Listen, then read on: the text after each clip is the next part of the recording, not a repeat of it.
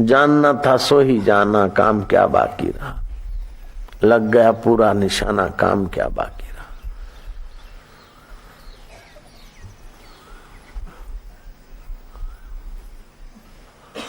और जनक अगले जन्म में किसी ब्रह्मवेता गुरु के शिष्य थे, तो पहले का संस्कार पड़े थे, और अब बाकी का थोड़ा सा सिद्धों की गीता सुनने से सजाग हो गए।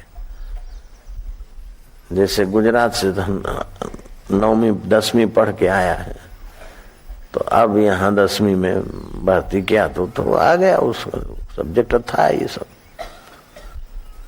तो अष्टावक्र भी उनके गुरु भाई थे, तो ऐसे जनक भी 22 हो गए, वशिष्ठ भी कई हो गए। एक तो राम के गुरु वशिष्ठ जी, अरुंधति पति, दूसरे वशिष्ठ ब्राह्मण और अरुंधति उनकी पत्नी। लीला को माँ सरस्वती ने उपदेश दिया, इसके पहले ये इस सृष्टि में तुम वशिष्ठ ब्राह्मण और अरुंधति थे। लीला राम के गुरु वशिष्ठ और अरुंधति वे अलग और तुम अलग। तो वशिष्ठ नाम के भी कई संत ब्राह्मण हो गए, विवेकानंद नाम के भी कई हो गए, श्रृंगी ऋषि के नाम के भी कई हो गए। रामावतार में भी श्रृंगी ऋषि ने यज्ञ करवाया और यज्ञ पुरुष खीर लेकर आए, और कृष्ण अवतार में श्रृंगी ऋषि ने श्राप दिया, परीक्षित 7 दिन में मर जाएंगे। तो जैसे मोहन भाई एक थोड़े होता है गुजरात में, यहाँ है भारत में कई मोहन भाई होंगे, नारायण भाई कई होंगे, फलाने भाई कई होंगे, ऐसी कई सृष्टियां हैं, उसका कोई अंत नहीं। लेकिन सृष्टि के आदि में, सृष्टि के मध्य में और सृष्टि के अंत में जो सृष्टिकर्ता परमात्मा है वो सत्य है, बाकी सब आकृतियां हैं, खिलवाड़ है। जैसे लाइट की सत्ता से पर्दे पर सब दृश्य दिखते हैं, प्लास्टिक की पट्टी और लाइट के वेव्स होते हैं, और क्या होता है, और दिखता है, हंसते खेलते मारते लड़ते झगड़ते सब सत्य। कैसा लगता है उस समय? सतत कुछ दिन आदमी ओपन थिएटर में रहे, पिक्चर में, बाहर का कोई कांटेक्ट नहीं है, तो उसको लगेगा बस यही है। ऐसे सतत हम लोग ये भगवान की पिक्चर में रहते ना, तो लगता है कि यही सत्य है। जैसे दांत की सफाई, दोष अपनयन, दांत की पॉलिश आदि चमक लाने, और कहीं दांत टूटा है या कहीं गड़बड़ है तो फिलिंग करना। ऐसे अपने चित्त में जो दुर्गुण, दुराचार, दुष्कृति के संस्कार पड़े हैं, उनको धर्म अनुष्ठान के द्वारा, नियम संयम के द्वारा उनको निकालना, दोषों को निकालना। फिर मैत्री, करुणा, संयम, सहजता, सरलता आदि गुणाधान लाना। और हीनांग पूर्ति, जिसके कारण हम हीन, दीनहीन, तुच्छ हो रहे हैं, जन्म मरण जरा व्याधि के शिकार हो रहे हैं, जिस कमी के कारण, आत्मज्ञान की कमी है, वो हीना अंग पूर्ति, तो चित्त हो जाएगा सुयोग्य। तो धर्म अनुष्ठान और नियम संयम के द्वारा दोष की आदत, कुछ न कुछ बुरे दोष होते ही हैं, वो निकाले। ध्यान भजन उपासना के द्वारा, नियम आदि के द्वारा मन की अच्छी आदत बनाए, चमकाए मन को, बुद्धि को। और तत्व ज्ञान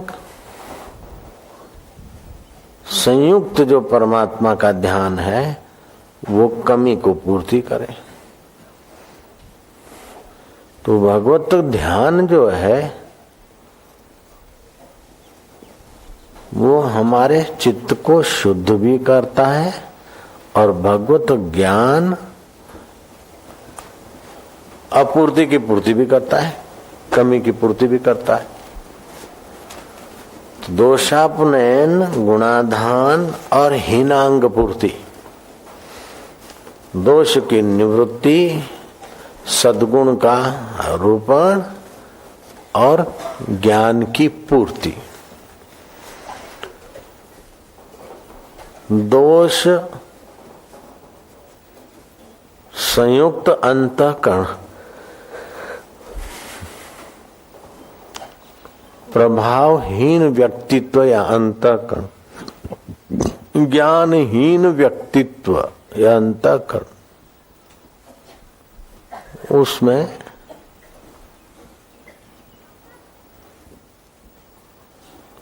कोई सार नहीं होता।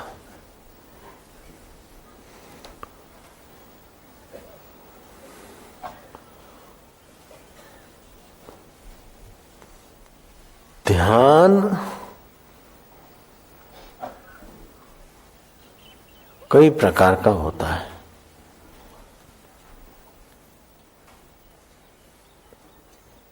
उसमें कई ध्यान किए जाते हैं, लेकिन एक ऐसा ध्यान है कि होने लगता है। जो किए जाते हैं उसमें अपना पुरुषार्थ होता है, कर्तापन होता है और अंत में थकान भी होती, फायदे भी होते ही हैं, ऐसा नहीं कि नहीं होते। अपनी जगह पे वो भी अच्छा है, सुंदर है। लेकिन ये ध्यान योग शिविर में ध्यान किया नहीं जाता, ध्यान होने लगे ऐसा माहौल बना जाता है। ध्यान किया नहीं जाता, ध्यान होने लगे।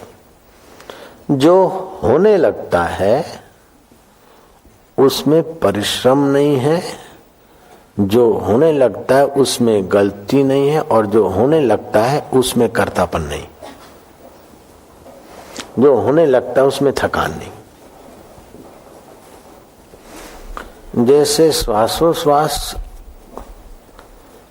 आंख की पलकें गिरना, अन्न खाते हैं रक्त बनना, बालों का बढ़ना, ये आप बढ़ाते नहीं हैं, ये होने लग रहा है। आप करते नहीं है, हो रहा है। श्वास आप छोड़ना और लेना ये करते नहीं है, हो रहा है। पलकें गिराना उठाना करते नहीं है, हो रहा है। तो इसमें थकान नहीं होती, अहंकार भी नहीं होता। देखो मैं दिन में कितनी बार पलकें गिराता हूँ, चढ़ाता हूँ, इतना सारा काम करता हूँ, कभी नहीं होता। कितना 24 घंटा श्वास लेता हूँ देता हूँ, इतना परिश्रम नहीं होता। अहंकार हो रहा है। ऐसे भगवत कृपा, गुरु कृपा से जब चित्त शक्ति जागृत हो जाती है तो ध्यान होने लगता है। और ध्यान जो होने लगता है तो उससे गुणाधान होने लगता है। शरीर की अशुद्धि है, वहां ध्यान के द्वारा वो प्राण शक्ति जाकर नाड़ियों में स्पंदन पैदा करके वो अशुद्ध कण निकाल देते हैं। वमन के द्वारा, दस्तों के द्वारा, आसन प्राणायाम के द्वारा, भस्त्रिका आदि प्राणायाम के द्वारा अपने आप होता है। तो इतना मोटा शरीर और दुनिया भर की बीमारी, सेठ चंदीराम, और ध्यान योग में मिल गई भगवत कृपा तो कभी वमन हुआ, कभी जुलाब हुआ, ऐसे करते करते सारी बीमारी निकल गई, नाड़ी शुद्ध हो गई। कई बीमारियां थी, एलर्जी भी थी और क्या क्या था, दम्मा था, टीबी थी, ये वो था। तो योग समान बल नहीं, सांख्य समान ज्ञान नहीं। तो योग किया जाता है और कुंडली योग वाला जब शक्तिपात हो जाता है तो फिर योग होने लगता है। ध्यान किया जाता है फिर ध्यान होने लगता है। तो उसे नाड़ी शुद्धि वो महामाया करवाती है, आप करनी नहीं पड़ती आपको। और जहां कमी है जिस अंग में, उसमें मूवमेंट होती है और कमी की पूर्ति वहां होने लगती है। तो बुद्धि की कमी की पूर्ति, मन के कमी की पूर्ति, तन के कमी की पूर्ति, ये कुंडलनी देवी जागृत हो जाए और थोड़ा ध्यान में आप बैठे और ध्यान होने लगे तो ये तीनों कमियां अपने आप पूर्ति होने लगती। महामूर्ख में से बने महाकवि कालिदास में कितनी कमियां थी। और पत्नी ने महना मारा कि तुम मूर्ख, ऊंट, संस्कृत में ऊंट को उष्ट बोलते, इतना भी नहीं जानते और बड़े विद्वान होकर मुझसे शादी करवाई पंडितों ने धोखा करके, विद्वान होकर मुंह दिखाई। अपमानित होकर चले गए विद्युत मां के द्वारा और मिल गए कोई ऐसे संत और हो गया कृपा शक्तिपात आदि, ध्यान हो गया तो दोषापनयन, गुणाधान और हीनांग पूर्ति, स्थूल शरीर, सूक्ष्म शरीर, कारण शरीर की हो गई। महामूर्ख में से महाकवि कालिदास बन गए। और प्रसिद्ध कवि मिस्टर गेटे ने कालिदास का जब रघुवंश काव्य नाटक पढ़ा तो दंग रह गए, परते सिर पर रखकर नाचे थे।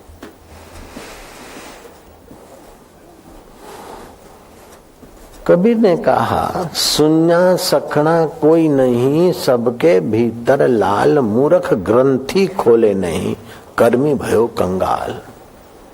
सबके भीतर वो लालों का लाल सच्चिदानंद चैतन्य और उसकी आह्लादनी शक्ति है, लेकिन जड़ चेतन की जो ग्रंथि पड़ गई वो खोलता नहीं कोई।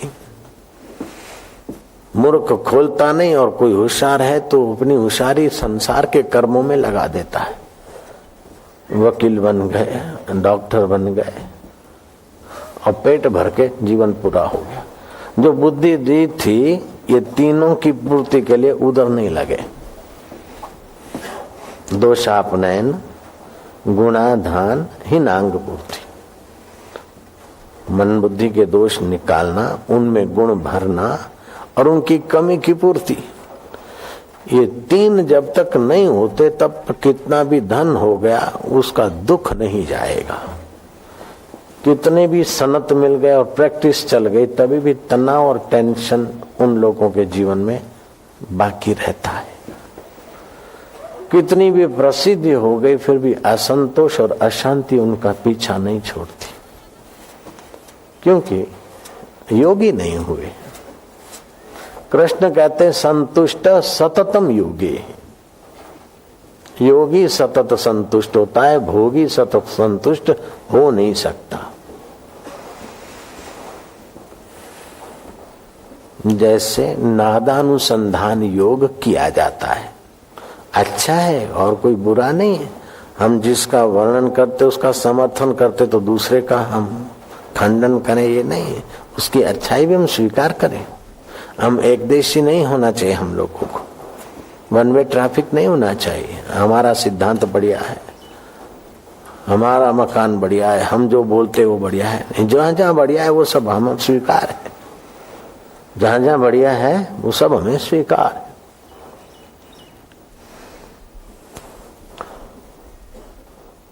तो कान में उंगली और आंख पर उंगलियां रखकर कान में अंगूठा से दबाकर सुरत शब्द योग किया जाता है। और अभ्यास बढ़ने पर चिड़िया का आवाज, घंट का आवाज, मृदंग का आवाज, ताल का, तो उसमें मन लगता है तो गुणाधान भी होता है, दोषापनयन भी होता है। लंबी यात्रा के बाद कोई तत्वज्ञानी ब्रह्मज्ञानी गुरु मिले तो हीनांग पूर्ति भी होती है, लेकिन ये करना पड़ता है। और ज्ञानेश्वरी गीता के 6ठे अध्याय में जिस महामाया कुंडलनी शक्ति का वर्णन ज्ञानेश्वर ने किया है, 6ठे अध्याय के 10वें श्लोक में, कि पहले तो योगी आड़े टेढ़े मार्ग में जाते, जब ये राजमार्ग खुल जाता है तो उनका योग स्वतः होने लगता है। वो योगी साधक देवों का देव हो जाता है। आरंभ में तो उसके शरीर में कंपन, हंसी, रुदन, ये नए साधक को तो डरा देते हैं, लेकिन भगवान शंभ सदाशिव अभी भी इसी योग के अनुसार समाधि की ऊंचाइयों को छू रहे हैं और देवादिदेव होकर पूजे जा रहे हैं। भागवत में आया वाग गदगदा द्रव्यते यस्य चित्तम, वाणी जिसकी गदगद हो जाए और चित्त द्रवित हो जाए। हंसती क्वचित, कभी हंसता है। रुदती भीक्षणम, कभी भयंकर रोता है। उद्गायंती, कभी गाता है। विलज्जे, लज्जा छोड़कर नृत्यंती च, नाचता है। मद भक्ति युक्तो भुवनम पुनाति, भक्ति युक्त मेरा भक्त त्रिभुवन को पावन करता है। ऐसा भगवान कृष्ण औद्धव को कहते। तो ये तुमने देखा होगा, जिन पर भगवत कृपा होती है वो चित्त शक्ति कुंडली जागृत होती है तो कई लोग हंसते हैं, कई रोते हैं। वो अगर रोने बैठे तो ऐसा नहीं रो सकते हैं, हंसने बैठे तो ऐसा नहीं हंस सकते हैं, नाचने लगे तो ऐसा नहीं नाच सकते हैं, चिल्लाने लगे तो ऐसा नहीं चिल्ला सकते। लेकिन वो जो स्वाभाविक आ जाता है तो दिखता है कि स्वाभाविक है, तो उसे रोकना अपने को पड़ता है कि स्वाभाविक। तो इससे शरीर के दोषों की निवृत्ति होती है। लेकिन कभी कभी शरीर में भयंकर दोष होते हुए दिखते भी हैं। ऐसा नहीं कि अपने मार्ग की प्रशंसा करें और उसकी साइड इफेक्ट न बताएं। जब ये कुंडली योग ध्यान योग में अपन आएंगे तो कभी कभार यहाँ से जो मंत्र दीक्षा के वक्त या ऐसे शिविर में शक्तिपात के वक्त जो कुछ मिलेगा, फिर आप घर में अभ्यास करोगे तो कभी आपको ऐसा लगेगा कि मेरे में काम विकार पहले से ज्यादा है, गुस्सा ज्यादा, ऐसा लगेगा। काम क्रोध मिटना चाहिए और आपको लगेगा कि ज्यादा हो गया। उसका कारण है कि जो तुम्हारे बंद केंद्र हैं वो दोषान निवृत्ति के लिए छुपे हुए दोष हैं, उसको बाहर निकालती हो चित्त शक्ति। आनंदमयी माँ को ये होता था तो कभी एक एक दिन 2-2, 4-4, 6-6 दिन खाना नहीं खाती, 1 गिलास 2 गिलास 3 गिलास चांद्रायण व्रत रखती, और एक बार 73 आदमी का खाना खा गई तो हो गए ना लोग, नहीं खाते और 73 आदमी का खाना खा गए।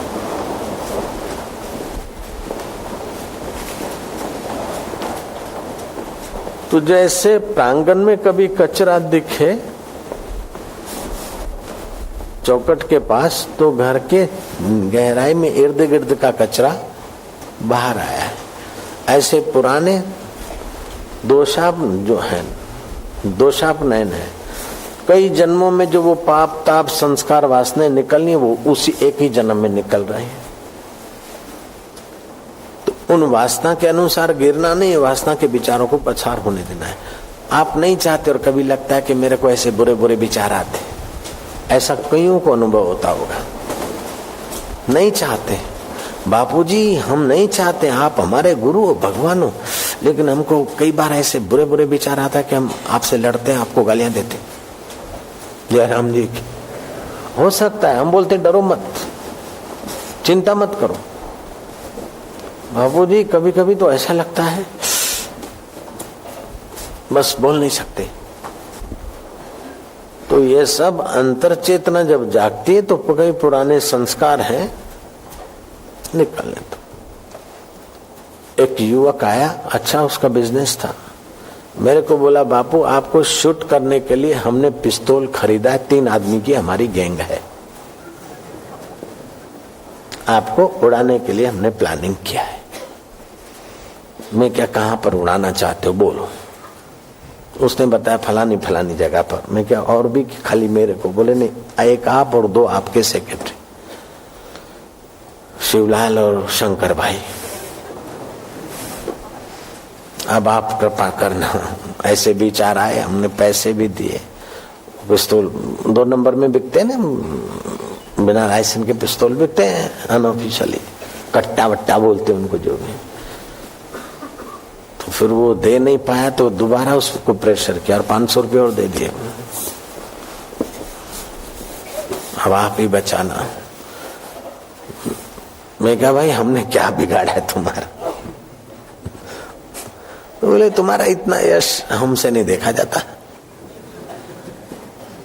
मैं कहा ठीक है, तुम्हारी सच्चाई पर हम खुश हैं, हम प्रसन्न हैं। और अभी भी मैं उसका नाम नहीं बताऊंगा, बात सच्ची है। शंका होगी तो नाम बताऊंगा।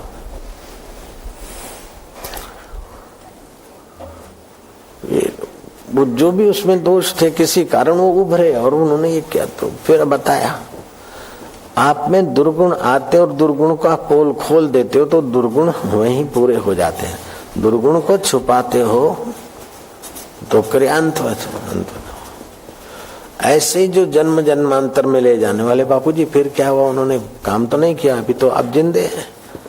तो आपने माफी मांगी, उन्होंने माफी मांगी नहीं। उनको बोला भाई तुम ठीक है, इतनी तुम्हारी सच्चाई है तो ठीक है, हम तुम पर नाराज नहीं, हम प्रसन्न हैं। प्रसन्न हैं तो हमारे तरफ से प्रेम मिला। प्रेम मिला तो फिर उनको लगा कि तो बापूजी अपने भले इनका यश होने दो यार।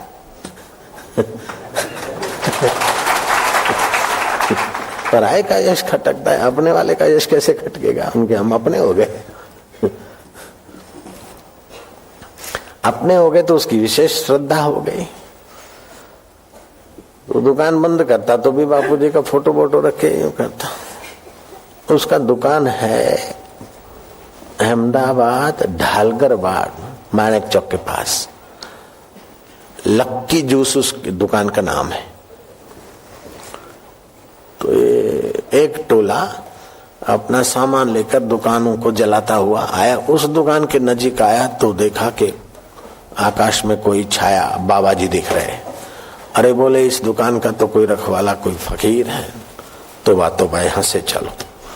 जब उस टोले का ये तोबा करके वापस जाने की खबर मिली तो उसकी श्रद्धा और बढ़ गई। कहा तो मैं रिवॉल्वर खरीद रहा था बाबा को उड़ाने के लिए, और कहा मेरी जलती दुकान बचाने के लिए बाबा वहां दिखे। लेकिन वो कहता कि बाबा आपकी कृपा है। बाबा कहता नहीं, ये तुम्हारी सच्चाई है। तुमने अपना माना बाबा को, तो बाबा ने आपको अपना माना, तो अपना माना तो अपना संभालना होता है। बाबा क्या है? तो ऐसे आप भगवान को अपना मानो, इससे दोषापनयन आसानी से होगा, गुणा धान आसानी से होगा, हीनांग पूर्ति आसानी से होगा। क्योंकि भगवान पूर्ण है ना।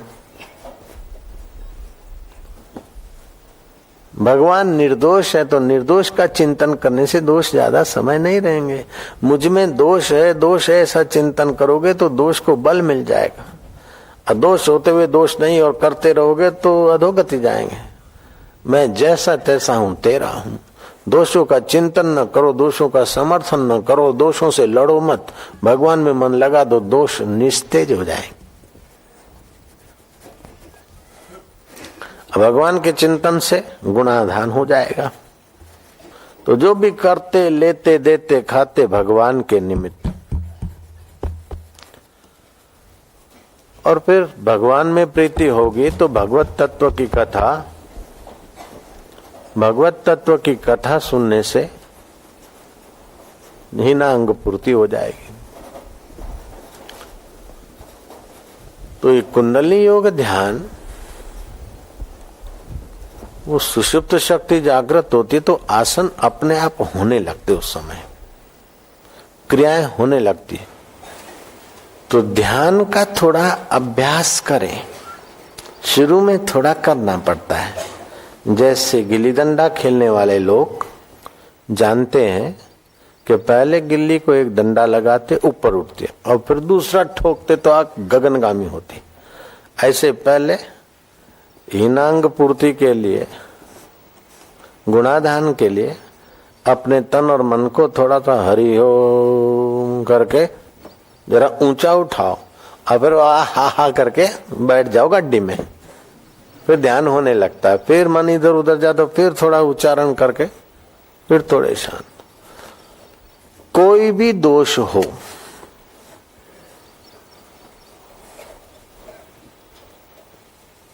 सुबह बैठ जाओ, नहा धो के पूर्व के तरफ, लंबा सांस लो। आज ये दोष का हम गुलाम नहीं बनेंगे। उस दोष के विपरीत गुणों का चिंतन करो। समझो आलस्य है तो आलस्य कबहू न कीजिए, आलस अरिसम जान, आलसते आयु घटे, बल विद्या की होत हान। मैं आज आलस्य नहीं करूंगा, मैं स्फूर्ति में रहूंगा।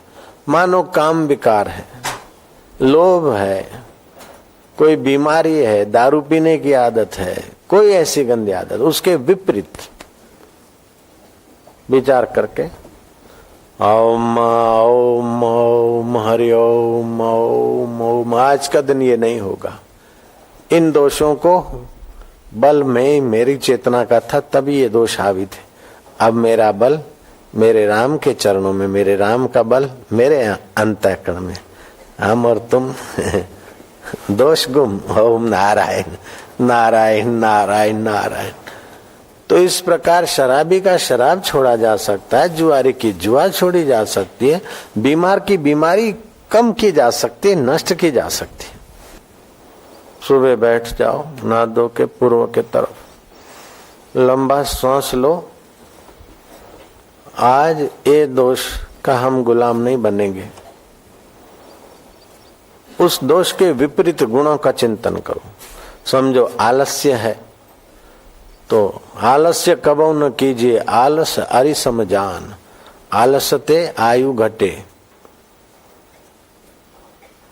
बल विद्या की होत हान।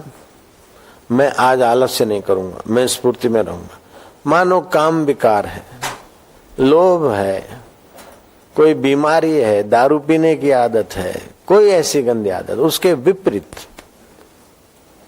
विचार करके ओम ओम ओम हरि ओम ओम ओम। आज का दिन ये नहीं होगा। इन दोषों को बल में मेरी चेतना का था तभी ये दोष हावी थे। अब मेरा बल मेरे राम के चरणों में, मेरे राम का बल मेरे अंतःकरण में। हम और तुम दोष गुम। ओम नारायण नारायण नारायण नारायण। तो इस प्रकार शराबी का शराब छोड़ा जा सकता है, जुआरी की जुआ छोड़ी जा सकती है, बीमार की बीमारी कम की जा सकती है, नष्ट की जा सकती है। बीमारी है, मेरे में ये बीमारी है, बीमारी कैंसर हो गया, फलाना हो गया, टीबी हो गया, दमा हो गया, पक्षाघात हो गया, तो ये हो गया तो शरीर को हुआ, फलाने को हुआ। मैं स्वस्थ हूं, मुझे बीमारी छू नहीं सकती, मैं निरोग हूं, मैं निरोग हूं, फलाना निरोग है, ढिंगना निरोग है। ओम आरोग्यम, ओम ओम ओम, मैं निरोग हूं। इस प्रकार का जप ध्यान तुम्हारे ऐहिक रोगों को भी मिटाता है, मानसिक रोगों को भी मिटाता है, और बुद्धि की कमजोरी और बुद्धि के रोग हो तो उसको भी मिटाने में 10-15 मिनट रोज सुबह लगाए, तभी भी बुद्धि के गुणाधान हो सकता है, मन का गुणाधान हो सकता है, तन का गुणाधान हो सकता है, तन की दोषानिवृत्ति हो सकती है, मन की दोषानिवृत्ति हो सकती है। और अपने अंदर जो दोष है वो अपने जानते उतना पड़ोसी नहीं जानता। अपन जानते उतना कुटुंबी नहीं जानता है। अपने कमजोरी अपन जानते, जैसे उसकी कमजोरी वो जानता था, आकर मेरे को बता दिया, मैं अच्छा भाई कोई बात नहीं, तो उसकी वो कमजोरी निकल गई, स्नेह में बदल गया। तो अपने ठाकुर जी को कह दो, भगवान को कह दो कि भगवान ये कमजोरी है, अब हम क्या करें, मैं तो परमात्मा का सनातन अंश चैतन्य हूं। और ऐसा नहीं कि क्या करे, आदत छूटी नहीं, कई आदतें छूट गई। एक आदमी ऐसा था कि सुबह से लेकर मुंह भी धोता तो शराब से कुल्ला करके, पी पी और पी। किसी कारण रामकृष्ण परमहंस के पास आना जाना हो गया, उसकी श्रद्धा हो गई, कुटुंबियों ने देखा कि मौका है, रामकृष्ण को कहा कि फलाने हमारे आते हैं, कुटुंब के बड़े, हम उनको कह नहीं सकते, इनसे आप दारू छुड़ाइए। रामकृष्ण के पास ले गए बात करके। रामकृष्ण ने कहा देखो तुम मेरे प्रति श्रद्धा करते हो, तो एक बात मेरी मान लो। उसने बोला आपकी 10 बात मानूंगा, दारू मत छुड़ाना और सब छोड़ दूंगा। वो भी कोई कम नहीं था, बंगाली था, पक्का ऑफिसर। तो बाबा हम सब छोड़ सकता है, लेकिन ये दारू तो नहीं छोड़, और जो भी तुम बोलेगा हम करेगा, छोड़ेगा दारू के सिवा। बाबा समझ गए, बोले अच्छी बात है, तुम दारू पीना हम मना नहीं करता, लेकिन तुम मालिक माँ काली का दर्शन तो करता जी। यहाँ काली का दर्शन कर, तुम्हारे घर के पास में मंदिर दर्शन तो करता है रोज। बोले करता है। तो बस माँ को भोग लगा के फिर पीना। हाँ बोले ये बात बराबर है, ये बात बराबर है, वो हम वचन देता है। गया सुबह, अब पीना है तो चलो माँ, मंदिर में भोग लगाया। मंदिर में ऐसे कोई बोतल पकड़ के भोग तो कोई लगाता नहीं, तो चुपके से लगाना पड़ेगा। गया तो देखा कोई अभी दर्शनार्थी आया, अब जेब में से निकालता हूँ, फिर कोई आया, फिर कोई आया, फिर कोई आया। ऐसे करते करते गया, भूख लगी, नाश्ता बिस्ता किया। आज बिना पेट के नाश्ता बिस्ता तो किया। दोपहर को आए तो देखा कि लोग आ रहे हैं, लोग कम हुए तो पुजारी घंटी लेके बैठ गया। ऐसे करते करते दिन भर में मौका नहीं मिला। 1 दिन हुआ, 2 दिन हुआ, 3 दिन हुआ, मौका नहीं मिला। आखिर आए, रामकृष्ण को बोला कि बाबा तुमने कोई सा शर्त डाल दिया, तो 3 दिन हो गए, हम एक पौवा भी नहीं पी सके। रामकृष्ण बोला कि तुम छोड़ नहीं सकते थे, 3 दिन बिना शराब के रह गए ना। जब 3 दिन रह सकते हो तो 30 दिन भी रह सकते हो, 30 महीना भी रह सकते हो, 30 साल भी रह सकते हो। ऐसे अपने में कोई दोष है तो उसको आज का दिन नहीं करूंगा, आज के दिन उस दोष से आप बच गए, आदत से बच गए, तो कल के दिन बचने में आपको मेहनत कम करनी पड़ेगी, परसों को कम करनी पड़ेगी। मेरे पास कई ब्रह्मचर्य व्रत लेने आते हैं, आजीवन ब्रह्मचर्य व्रत। मैं क्या नहीं, तो कुछ लोग बोलते 5 साल का, 3 साल का। मैं बोलता हूं नहीं, 3 साल में अगर 1-2 बार गड़बड़ हो गई तो तुम मानोगे कि अपने बश का नहीं, अपन भाई हार गए, काम बड़ा है, अपना संयम कम। तुम 6 महीने का लो, 3 महीने का लो, फिर रिन्यू कराओ। अब कोई चार्ज नहीं होता, रिन्यू चार्ज होता नहीं, ऊपर से प्रसाद मिलता है। ऐसे कोई दोष है या कोई बुरी आदत है या बुरा खान पान है तो 1 महीना नहीं खाऊंगा, चलो इतने दिन नहीं करूंगा। तो उसके बदले में और कुछ ऐसा करो कि उसकी याद ना आए। दुश्मन को भूलने के लिए सज्जन की प्रीति कर दो, दुर्गुणों को भूलने के लिए सद्गुण भर दो। नश्वर को मैं मानने के बदले शाश्वत को मैं मान लो तो कल्याण बन जाएगा, बेड़ा पार हो जाएगा। मैं और मेरे का संबंध, संसार, शरीर को मैं मानना, वस्तुओं को, व्यक्तियों को मेरा मानना, ये भी दुख का निमित्त होता है। तो फिर आत्मा को मैं मानो और भगवान को मेरा मानो, उसकी जगह पर आ गया, दुख नहीं होगा, हीनांग पूर्ति होगी, सुख होगा। तो मैं और मेरे का संबंध से दुख होता है। किसी से द्वेष करते और किसी के प्रति गांठ बांध रखी है तो उसकी उन्नति में उसको देखकर दुख होता है। तो द्वेष की गांठ बांध रखी, उसकी अपेक्षा उसमें चैतन्य सत्ता है और अपने में है, बाकी का उसका मन और हमारा मन खटपट करते। हमारी आपस में खटपट नहीं है, मनों की खटपट है। इससे द्वेष का दुख शांत होता है। दुख है कि किसी का कुछ करना, ये ऐसा करता, ये ऐसा करता, मेरे को इसका ऐसा करना है। तो संबंध जनित दुख, दोष जनित दुख, कर्तृत्व जनित दुख। और चौथा होता है कि विद्या का अहंकार, पद का अहंकार, धन का अहंकार, अपने में श्रेष्ठ बनने का अहंकार। ये 4 प्रकार से दुख की सृष्टि होती है। अहंकार करो तो अपने गुण, ये विद्या का नहीं, अहंकार करो तो मैं ईश्वर का हूं, ईश्वर मेरे, फिर उससे दुख नहीं पैदा होगा। घृणा ग्लानि पैदा नहीं होगी, सुख सहानुभूति शांति और समता प्राप्त होगी। आरोग्य का स्वरूप समझना है, रोग निवृत्ति के लिए चिकित्सा, रोग का कारण क्या और रोग क्या है। तो यहां रोग है राग द्वेष, रोग के कारण है मैं मेरा मानना। रोग की चिकित्सा है कि आरोग्य तत्व का अनुसंधान करें।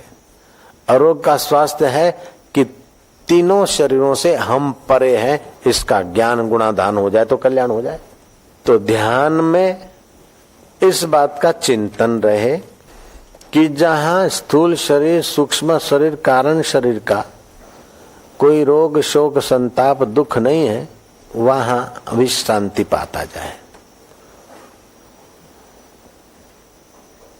जहां कष्टों की पहुंच नहीं है, वो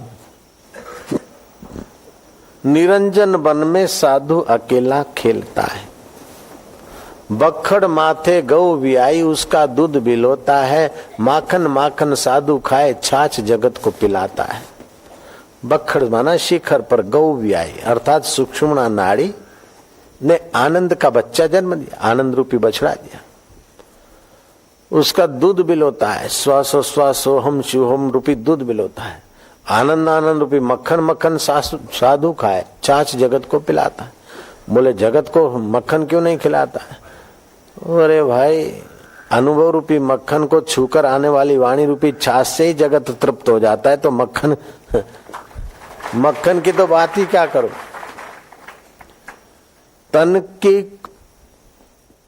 तन का कुंडा मन का सोटा हरदम बगल में रखता है। शरीर को कुंडा और मन को सोटा। शरीर को मैं नहीं मानता और मन में जो विचार आ गए मेरा विचार है, मन ने जो संकल्प कर लिया मेरा संकल्प है, वो भ्रांति नहीं रखता। तन का कुंडा मन का सोटा हरदम बगल में रखता है। 5-25 मिलकर आए उनको घोट पिलाता है। इस शरीर का और मन का उस आत्म सुख को घोट घोट के आत्म के पे को पिलाता है। निरंजन मन में साधु अकेला खेलता है। बखड़ माथे गौ भी आई, वृत्ति सुरता धारणा ऊपर गई। पैर से लेकर जांघों तक का हिस्सा पृथ्वी तत्व की प्रधानता है। जांघों से लेकर नाभि तक का जल तत्व की प्रधानता है।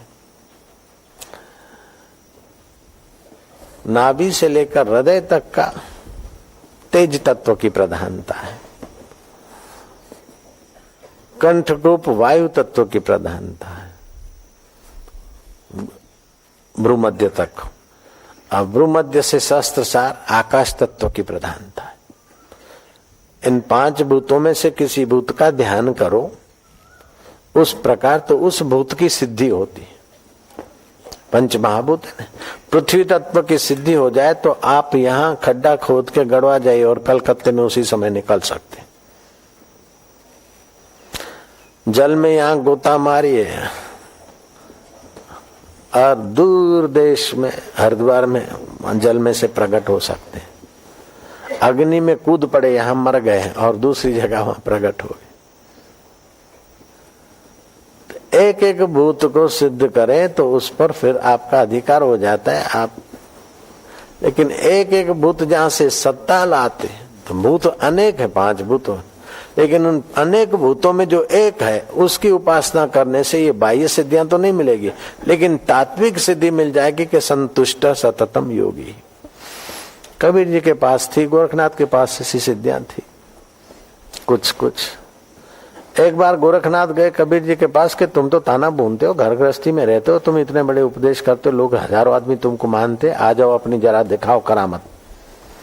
कबीर ने कहा बाबा हम तो कुछ नहीं जानते। नहीं महाराज कुछ दिखाओ। कहानी सुनिए हमने कि गोरखनाथ ने अपना त्रिशूल खोड़ दिया और योग शक्ति से पृथ्वी तत्व की सिद्धि के बल से अपना गुरुत्वाकर्षण नियम को तोड़कर वो ऊपर बैठ गए त्रिशूल पर। बोले आओ शास्त्रार्थ करो। तो कबीर ने कहा आपने सिंहासन बनाकर दिखा दिया, तो मेरे हाथ में तो धागे का पिंडा है। एक छड़ा धरती को छुआ कर दूसरा छुड़ा ऊपर फेंका तो पिंडा खुलता खुलता धागा खड़ा हो गया। कबीर जी जाकर उस पर बैठे, बोले आओ।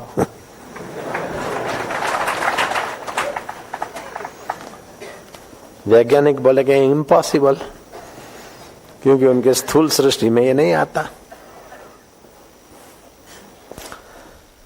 गोरखनाथ ने कहा चलो अब ये खेल दूसरा खेलते हैं।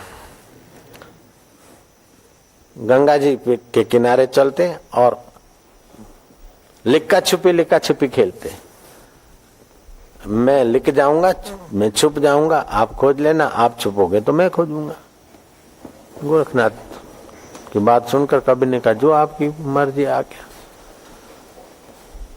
तो गोरखनाथ ने मैं मेढक हूं ऐसा दृढ़ अनुसंधान किया। तो ये सूक्ष्म शरीर अगर एकाग्र है तो आपका स्थूल शरीर ऐसा बन जाता है। मेढक का अनुसंधान करने से गोरखनाथ ने जल में जंप मारा, एक मेढक बन गया और कुछ मेढकों के बीच जा बैठा, खेला। तो नया आदमी छटपटाता ज्यादा है। कोई भी नया आदमी उस इलाके में आया, जहाज वाले बोलते हैं बाबा जी हम जानते कोई नया पैसेंजर होता तो ये देखेगा बेल्ट को यूं करेगा, हम समझ जाते हैं कि नया बंदा है। तो मेढक जो है छटपटा रहा था, कुछ उसकी एक्टिविटी ज्यादा थी। तो कबीर समझ गया कि ये गोरखनाथ मेढक हो गए। तो गोरखनाथ ने मेढक को हाथ पर लिया, जाग जोगियड़ा रांद करूं, आओ लिक छिप रांद करूं हाणे रांद करूं। तुम भी लिकंदे मां भी लिकंदुस, तुम एक बार छुपे तो मैं भी छुपूंगा एक बार। मैंने एक बार खोजा है तो तुमको भी एक बार खोजना पड़ेगा। अब जागो योगी। गोरख जल में डेडर थी वयड़ो, कबीर तंहिंखे हथ में खयड़ो। उथ जाग जोगी अड़ा रांद कयूं, आओ लिक छिप रांद कयूं हाणे रांद कयूं। ओ जोगी जागे। कबीर को बोला चलो अब आपको हम वारा देते। कबीर जी ने जल का अनुसंधान किया। जल तत्व की भी उपासना रही होगी किसी युग में, किसी जन्म में। कबीर जल में जल थी वयड़ो, पतो गोरख के कौन को पयड़ो। कबीर जल में जल हो गए, गोरख जी को पता तक नहीं चला। अब इधर उधर कुरुम कछुए मेढक छान मारे लेकिन कोई नहीं। शाम हो गई, देखा कि माँ लोई पूछेगी मेरे पति को खेलने ले गए, आखिर कहाँ गुम करके आए। तो बताऊंगा कि इस अभागे जल में खो गए तेरे पति। माई अब मैं क्या करूं। ऐसा करके अपना तुम्बा भर दिया। तो कबीर का अंतवाहक उस तुम्बे में आ गया सूक्ष्म। माँ लोई को जाके बताया कि ऐसे ऐसे एक बार मैं मेढक बन गया और मेरे को तो उन्होंने पहचान लिया और आप क्या पता क्या बने, इस अभागे जल में खो गए। बोले मैं जीवित हूं तो मेरे पति कैसे जा सकते। कौन से जल में? बोले इस जल में। बोले धार करो। धार करा तो कबीर ने संकल्प किया और वहां खड़े हो गए। ये कहानी हमारी माँ कथा सुनकर आती थी, वो बताती थी हमको बचपन में। नारायण हरि नारायण हरि नारायण। ये सृष्टि में अद्भुत आश्चर्य है, बहुत आश्चर्य है। लेकिन ये सारे आश्चर्यों का उद्गम स्थान तुम्हारा आत्मा परमात्मा देव है। ये सब माया में होता है। हुआ तो क्या, पानी के एक बूंद से एक शरीर नहीं करोड़ों शरीर बने बनाए दिख रहे हैं ना, ये भी तो है। अब वो चमत्कार किया तो बड़ा हो गया, लेकिन ये दिन रात चमत्कार दिख रहा है ना। बोले कुछ चमत्कार देखेंगे तभी भगवान को मानेंगे। तो पेट में जठराग्नि रहती और समुद्र में बड़वा नल रहता है, वो पानी से समुद्र की अग्नि बुझती नहीं और पेट की अग्नि शरीर को जलाकर खाक नहीं करती। ये क्या कम चमत्कार है? आटा दाल खाते हो और बेटा बेटी पैदा हो जाता है। सांप दूध पीता है तो जहर बनाता है और गाय घास खाती है तो दूध बनाती। ये क्या कम चमत्कार? मोर के अंडे में रस होता है और रस में ही पूंछ, चांच, आंखें, पंख कैसे छुपे? ये क्या कम चमत्कार है? तो सृष्टि चमत्कारों से भरी है।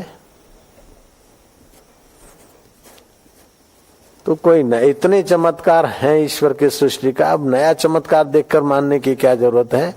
बड़े बड़े चमत्कार हैं जिसके आगे कोई नया चमत्कार माना नहीं रखता।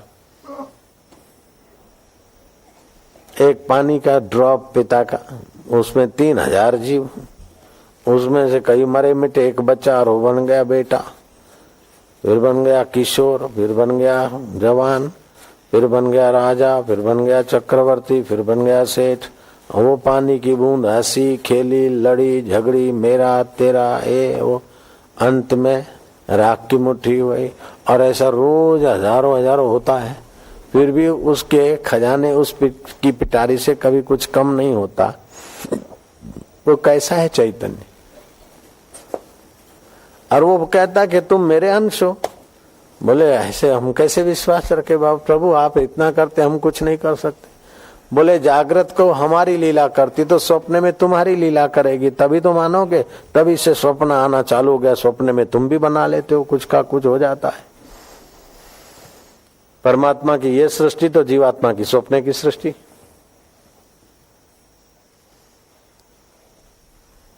तो हमें क्या करना चाहिए, उस परमात्मा के चिंतन से, परमात्मा के ज्ञान से अपने तन में, अपने मन में, अपनी मति में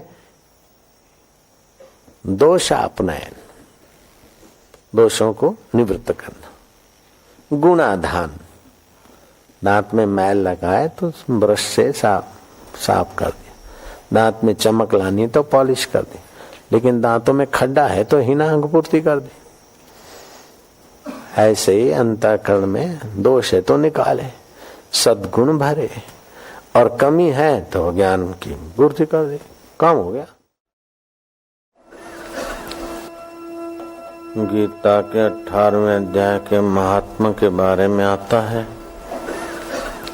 कि एक बड़ा तेजस्वी पुरुष आया, उसका तेज और प्रभाव देखकर इंद्र हत प्रभ हो गया। इंद्र आसन से उठ गया।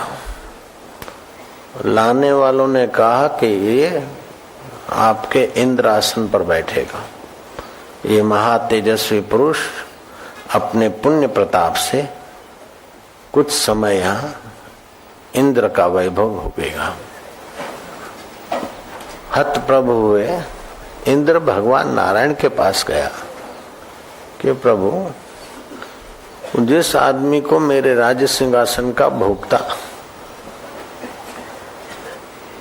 बनने का अवसर मिला, मैंने अपने देवत्व शक्ति के द्वारा देखा तो उसने 100 यज्ञ नहीं किए अश्वमेघ, और कोई बड़ा तालाब या पोखरे नहीं खुदवाए, और कहीं वृक्ष आदि लगाए और दूसरे कोई पुण्य कर्म किए या सदाव्रत किया, ऐसा भी नहीं दिखता।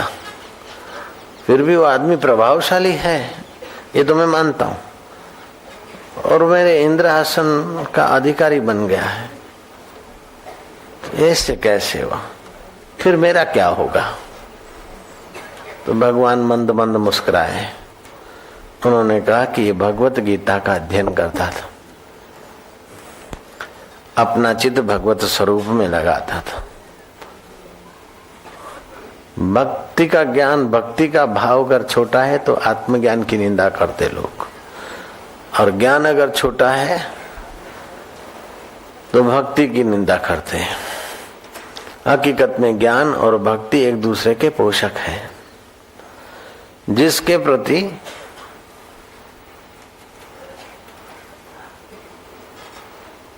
बड़पन होता है, जिसके प्रति अच्छी बातें होती है, उसके प्रति आदर पैदा होता है, और आदर में से धीरे धीरे श्रद्धा पैदा हो जाती है। श्रद्धा विश्वास से फिर वो भक्ति होने लगती है। फिर जिसकी तुम भक्ति करते हो वो कैसा है,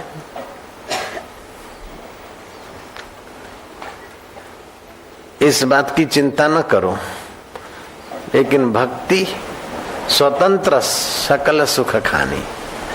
वैश्या का पुत्र माँ की सेवा करके मुक्ति भक्ति लाभ कर सकता है। अब वैश्या का पुत्र है, बाजारी पुरुषों से पैदा हुआ है, फिर भी अपनी माँ में भगवत भाव से, मातृदेवो भव की भाव से उस वैश्या में भक्ति करता है, तो वैश्या पुत्र को आत्म उद्धार, आत्म कल्याण का, भक्ति रस का सुख मिल सकता है।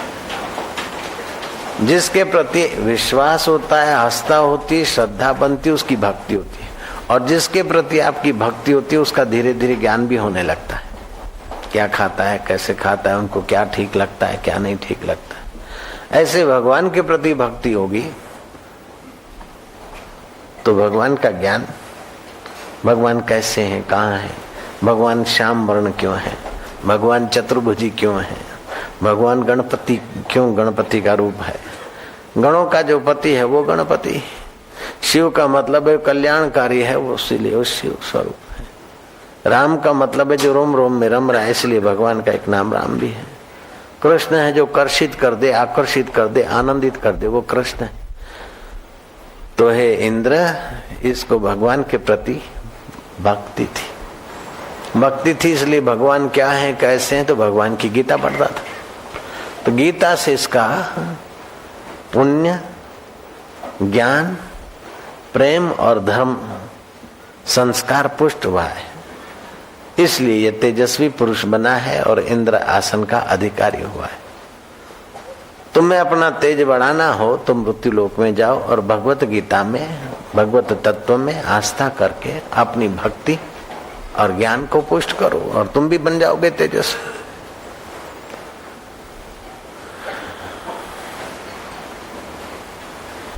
18वें अध्याय के महात्म्य में आता है, एक झोंपड़ा बनाकर ब्राह्मण के वेश में इंद्र सुबह स्नान करे, अर्घ्य आदि दे, दोपहर को संध्या करे, शाम को संध्या करे, प्राणायाम करे और भगवत गीता का अध्ययन करे, और उससे उसका प्रभाव और तेज बढ़ा और इंद्र फिर अपने इंद्र आसन का अधिकारी बना। इस प्रकार का विस्तार से महात्म्य आता है भगवत गीता के 18वें अध्याय के विषय में। तो गीता भगवान के हृदय, गीता में हृदयम पार्थ, और किसी ग्रंथ के लिए भगवान ने ये कहा नहीं कि मेरा हृदय है, गीता के लिए कहा कि गीता में हृदयम पार्थ। गीता भक्ति का, ज्ञान का,